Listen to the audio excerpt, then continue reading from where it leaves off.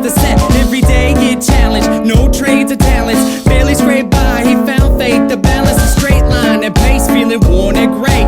Poor with 4 seeds, one more on the way. It was hard days indeed, all work and no play. He made sure things on the surface were okay, but something disturbing within his mind was lurking. A slight twilight breeze would ease in through the curtains at night. It's like the sermon of a twisted apparition was urging him to listen to the train in the distance. At first it wasn't intense, just one little instant. Sure, it didn't occur, he turned to resist it, as if it wasn't much more than just a figment of his imagination. But for days it was persistent, and it went, follow me, follow me, follow me, follow me. And it got louder, follow me, follow me, I have something to show you. With time people noticed he was acting berserk.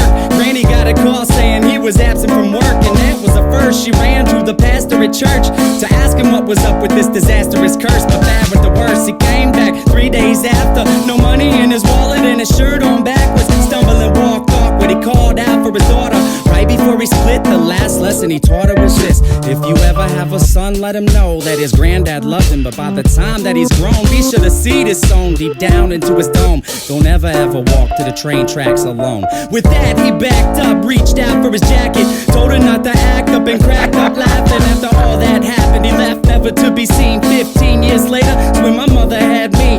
Her dad lived a life people can't understand. Went from a family man to rambling man, a gambling man that burned both ends of the candle. Folded his hand in, it was too hot to handle. Sitting by the tracks waiting for the night train, looking down the road, ain't never gonna go back. Listen for the whistle, through the wind and rain now. Who's gonna ride the devil's train tonight?